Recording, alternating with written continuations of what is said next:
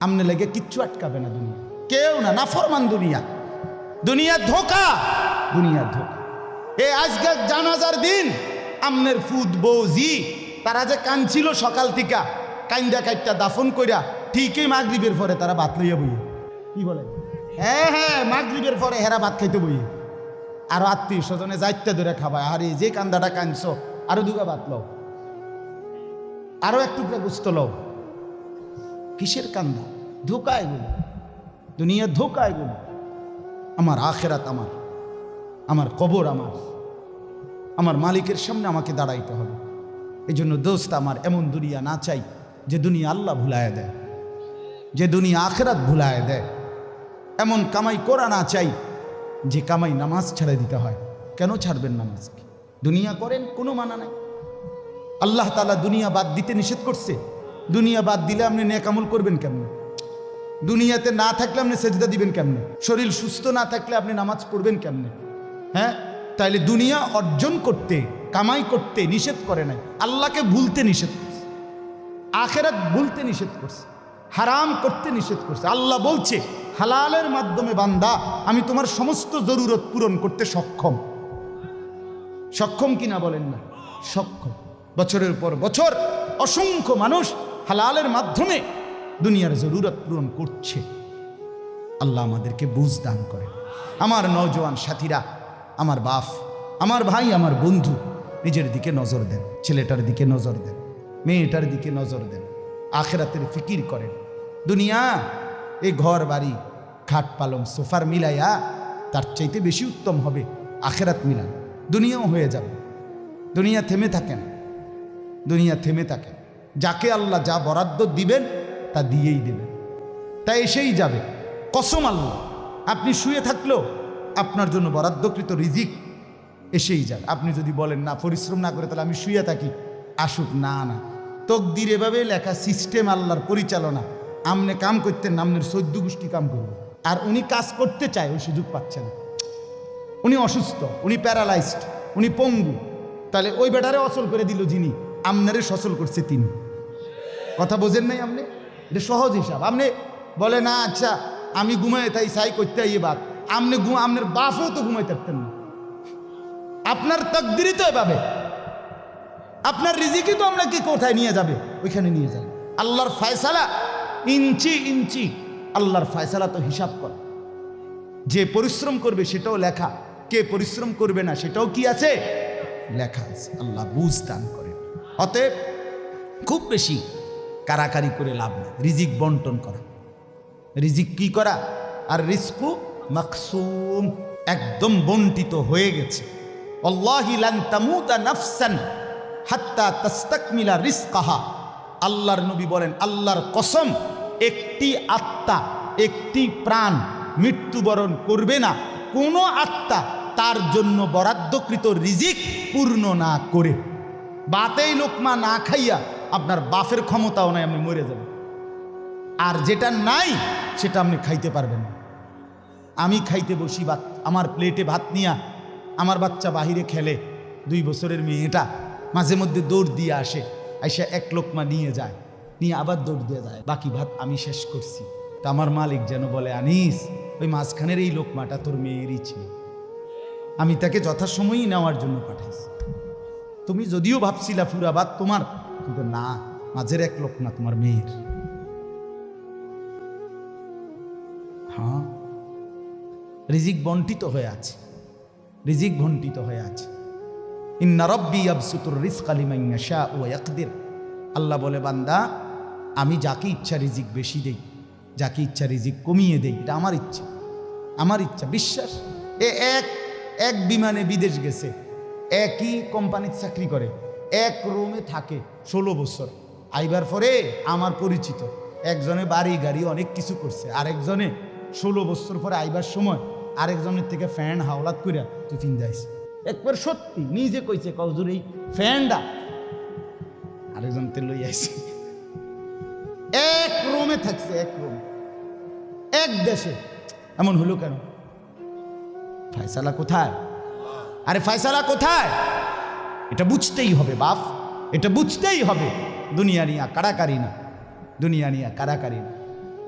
দুনিয়া নিয়ে কারাকারি না, দুনিয়ায় সেই যাবে।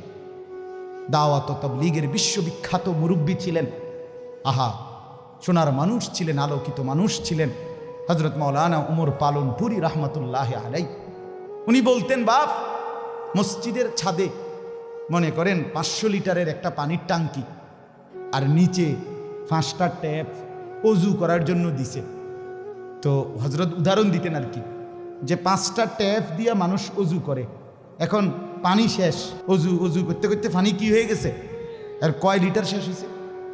আচ্ছা, এখন মুসল্লি একটু বেশি দেখা মসজিদ কমিটি বলল যে না, কষ্ট হয় 5টা ট্যাপে অজু করতে মুসল্লিদের, আরও 5টা ট্যাপ লাগান।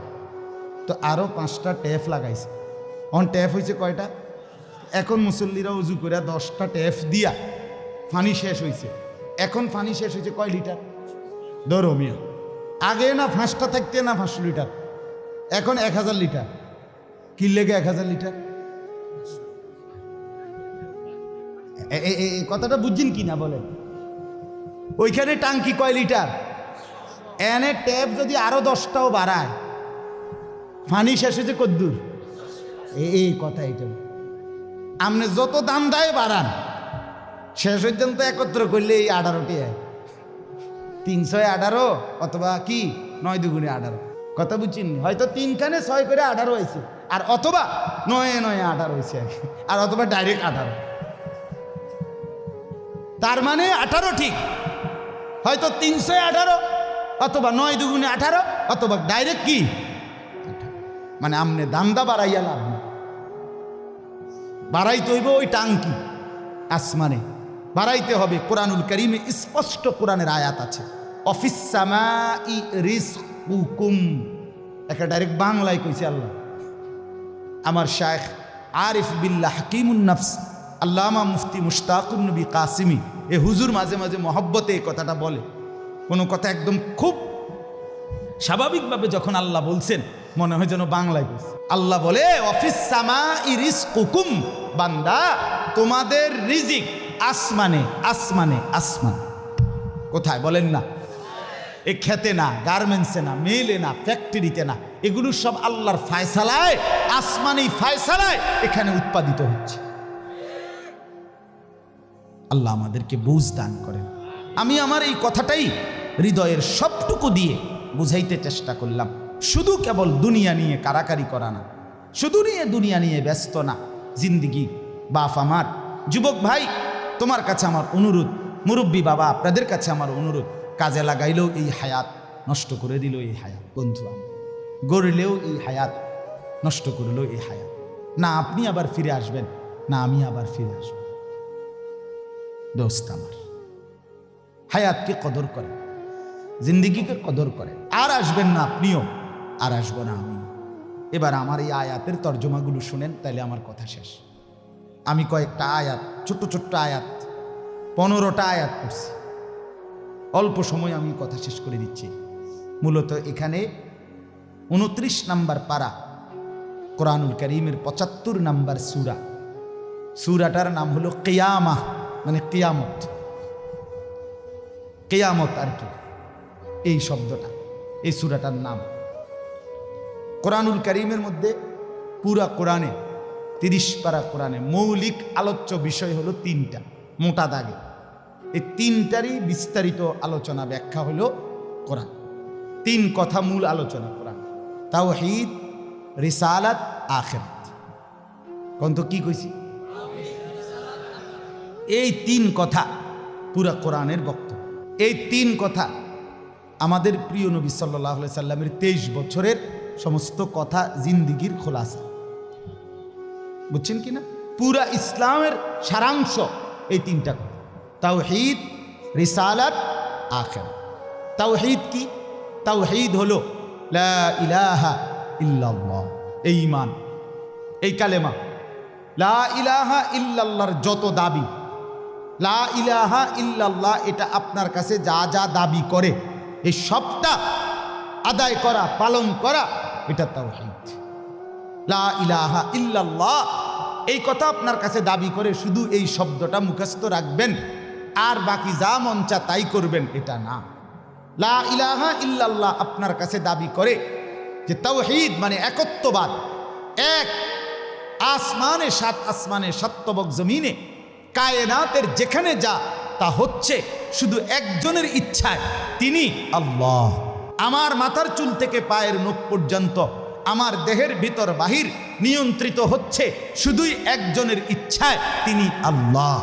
আমার জিন্দিগির হাসি কান্না আনন্দ বেদনা দুঃখ সুখ প্রয়োজন অপ্রয়োজন আমার চাওয়া পাওয়া প্রাপ্তি অপ্রাপ্তি সুখ দুঃখ সব কিছু আমার ভিতর বাহির পূর্ণ করবেন, পূরণ হবে যার মাধ্যমে, তিনি শুধুই একজন আল্লাহ। এটাই তাওহীদ। এই কথা দিলে বসান, এই কথা দিলে বসান। দাওয়াত ও তাবলীগের সাথীরা এই পৃথিবী ঘুরে ঘুরে সবচেয়ে বেশি আল্লাহর বান্দাদের কলজার মধ্যে এই কথাটা বসাইতে চায়। সকালেও বলে, জোহরের পরে বলে, আসরের পরেও বলে, মাগরিবের পরেও বলে, মখলুক থেকে কিছু হয় না ভাই, মখলুক থেকে কিছু হয় না, মখলুক কিছুই করে না।